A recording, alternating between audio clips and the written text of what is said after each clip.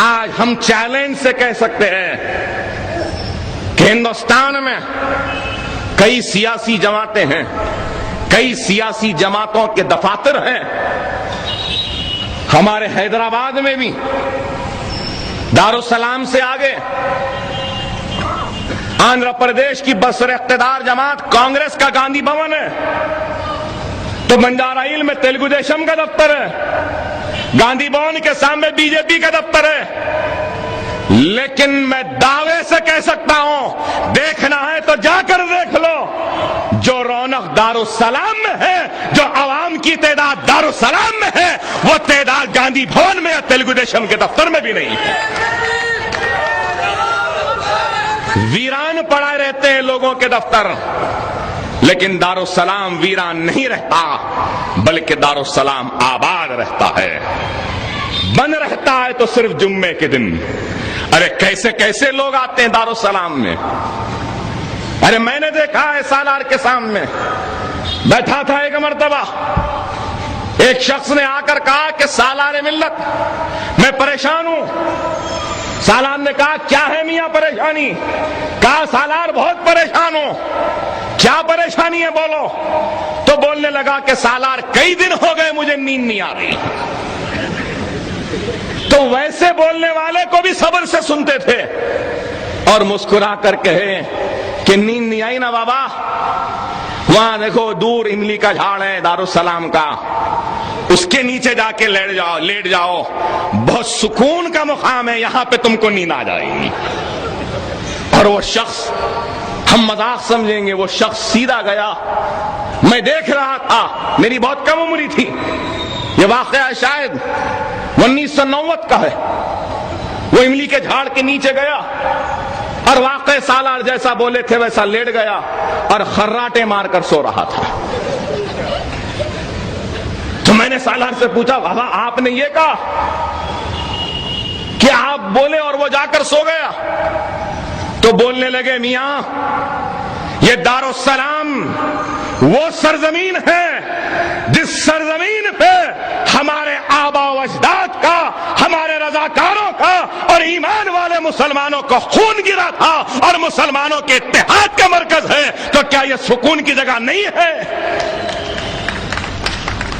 ارے دارالسلام کو جو حاصل کیا تو کیسے حاصل کیا، کن حالات میں حاصل کیا؟ آج لوگ کہتے ہیں تلنگانہ تحریک، یہ تحریک فلاں چل رہی ہے. کیسے حالات تھے اس وقت؟ دارالسلام قبضے میں نہیں تھا، مقدمہ لڑ رہے تھے. خیر دارالسلام کے دعوے کس کس نے کیے میں نہیں جاؤں گا اس بحث و مباحثے میں، لیکن فخر ملت مقدمہ لڑ رہے ہیں. سیاسی حالات ہیں، برمانند ریڈی چیف منسٹر ہیں، اور ان حالات میں دارالسلام کو حاصل کیا. تو لوگ الزام لگانے لگے، ایسا کرے اویسی صاحب، ویسا کرے، یہ کر دیے. جس طریقے سے ابھی آپ نے سنا کہ کس طریقے سے میڈیکل انجینئرنگ کالج کو حاصل کیا تھا، تو ویسے ہی سیاسی عدم استحکام کے وقت سالار کہتے تھے میاں یاد رکھو جبھی بھی حکومت میں عدم استحکام ہوگا اور سیاسی اتل پتل رہے گا، وہی وقت ہوگا جب ہم مسلمانوں کے لیے کچھ حاصل کر سکتے ہیں. اور وہ بھی ایک وقت تھا سیاسی اتل پتل تھی تو دارالسلام کو حاصل کیا.